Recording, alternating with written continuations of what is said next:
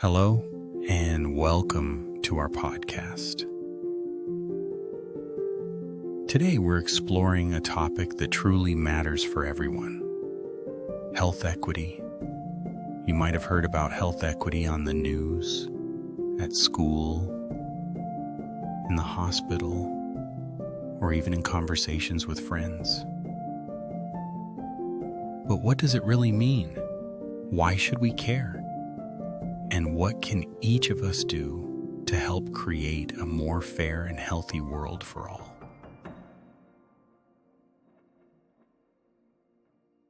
Let's start with a simple definition. Health equity means that everyone has a fair and just opportunity to be as healthy as possible. This idea comes from the Centers for Disease Control and Prevention, also called the CDC. But what does this look like in real life? Health equity does not mean giving everyone exactly the same things. It means making sure everyone has what they need, even if what they need is a little bit different. It's about breaking down barriers that keep people from being healthy. Barriers like where they live, how much money they have, the language they speak, their race, or whether they have access to doctors and good food. Here's an easy way to picture it. Imagine 3 friends standing in front of a tall fence, trying to watch a baseball game on the other side. One friend is very tall, one is medium height, and the other is much shorter. If you give all 3 friends the same size box to stand on, the tall friend will see perfectly, the medium friend might just see over, and the shortest friend still cannot see anything. But if you give each friend the size box they really need, one for the tall friend, a taller box for the medium friend, and the tallest box for the shortest friend, now everyone can watch the game. That's equity. It's not about making things equal. It's about making things fair. Why does health equity matter so much? Because in many parts of the world, and even in our own neighborhoods, some people have better chances to be healthy than others. Not because they made different choices, but because of their circumstances. For example, some neighborhoods have green parks, safe streets, good hospitals, and stores that sell healthy food. But other neighborhoods may not have these things. There might be no playgrounds, only fast food restaurants, or the local clinic might be far away and hard to reach. All of these things add up, making it harder for people to live healthy lives even if they try their best. And it's not just about money. Health can be shaped by many things, like education, family support, clean air, safe homes, or even how close you live to a doctor's office. When we talk about health equity, we are really talking about breaking down those barriers and giving everyone a fair shot at a healthy life. Let's talk about a real example. Think about access to healthy food. In some communities, you can find big supermarkets filled with fresh fruits and vegetables. But in other neighborhoods, sometimes called food deserts, there are only small stores selling chips, soda, and packaged snacks. If you live in a place like that, eating healthy is much harder. It's not your fault. It's a problem with your environment. This is what we call a health inequity, which means an unfair difference in health that could be fixed if we all work together. The CDC explains health inequities as differences in health that are systematic, avoidable, and unjust. Systematic means these problems happen again and again to many people. Avoidable means that they can be fixed if we try.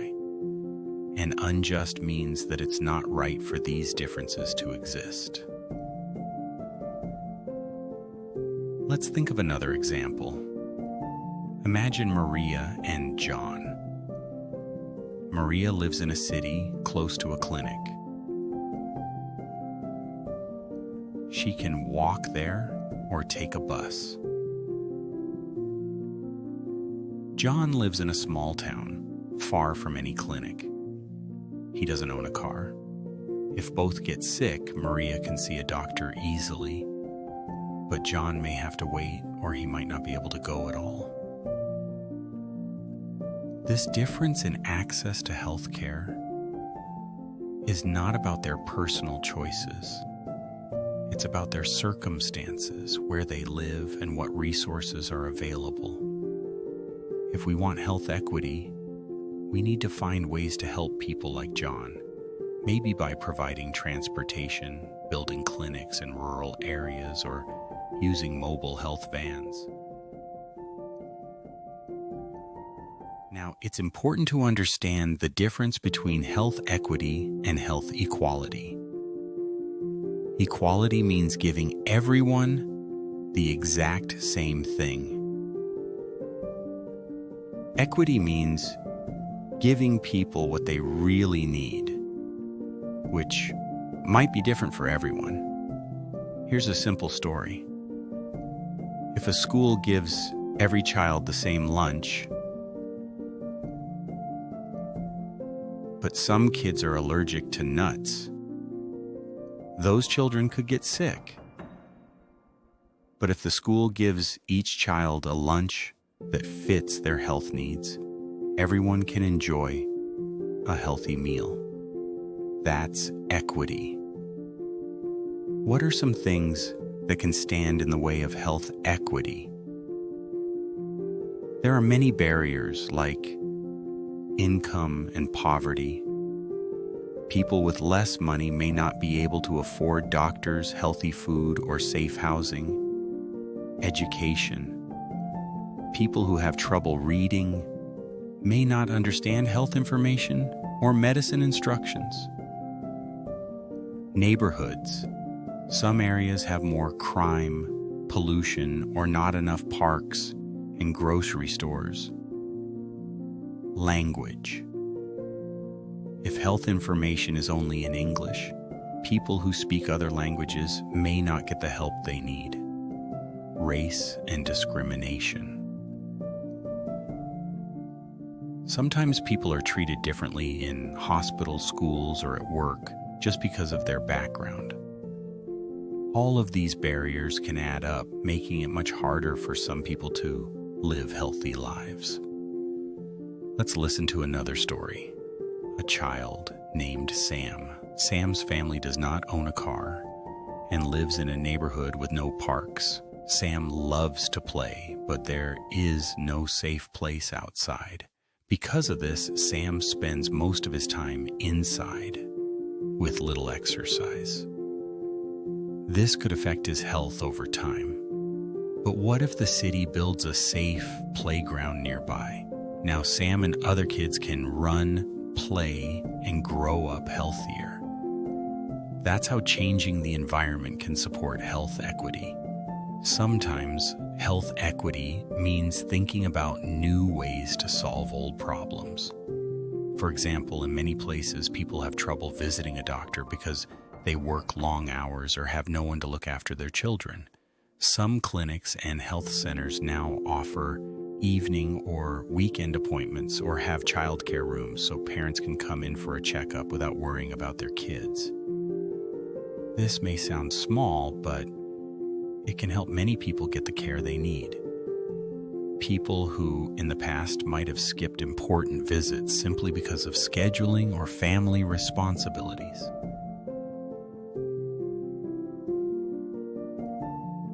Another important area for health equity is mental health. Everyone deserves to have support for their mind as well as their body, but mental health care is not always easy to find. In some cultures, people may feel ashamed to talk about their feelings, or there may be no counselors who speak their language. Some people live far from mental health clinics or cannot afford therapy. Communities can help by providing support groups, free counseling services, or mental health hotlines so that everyone has someone to talk to. The CDC works toward health equity by tracking health data to see where differences exist, supporting local communities, and helping people get better access to care and information. They also focus on making health messages clear and available in different languages so everyone can understand and benefit. Health equity is also about fairness over time. It means fixing things not just for one group, but for everyone, now and in the future. When we make systems more fair today, we help children and families live healthier, happier lives. Tomorrow, let's look at another story. A community in a city has many older adults living alone. Many of them do not have family nearby, and they have trouble getting to the doctor. A local health group creates a program where nurses visit these older adults at home, check their health, and help them get the medicine they need. Because of this, these older adults are healthier, feel less lonely, and stay independent longer. That's health equity in action. It's about looking at what people really need and finding ways to support them.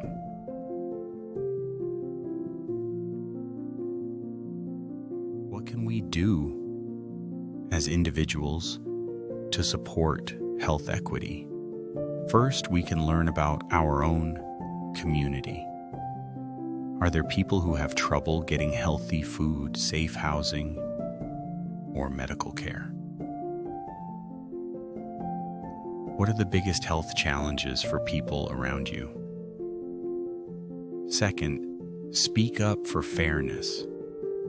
If you notice that some people do not get the help they need, ask questions and share your ideas with leaders at work, at school, or in your local government. Third, support programs that help everyone. This could mean supporting a local food bank, joining a community health fair, or volunteering to help neighbors get to the doctor. Fourth, treat everyone with respect. Whether you work in healthcare, education, or any other field, treating people fairly helps build trust and supports health equity. Sometimes health equity is about small changes that make a big difference. For example, a doctor's office might print information in more than one language. A grocery store might add fresh fruits and vegetables to help people eat healthier. A school might create a safe space for kids to exercise. These changes help remove barriers so everyone has a chance to be healthy. Health equity is a journey. It means working together, learning from each other, and making changes when we see something is not fair. It is important to remember that health equity is not just for people who are sick. It is about building a healthier society for everyone, including you, your family, and your friends.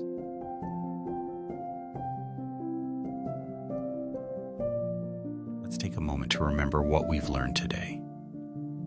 Health equity means giving everyone a fair and just opportunity to be as healthy as possible. It's about removing barriers that keep people from good health. It means understanding that different people need different things, and that's okay.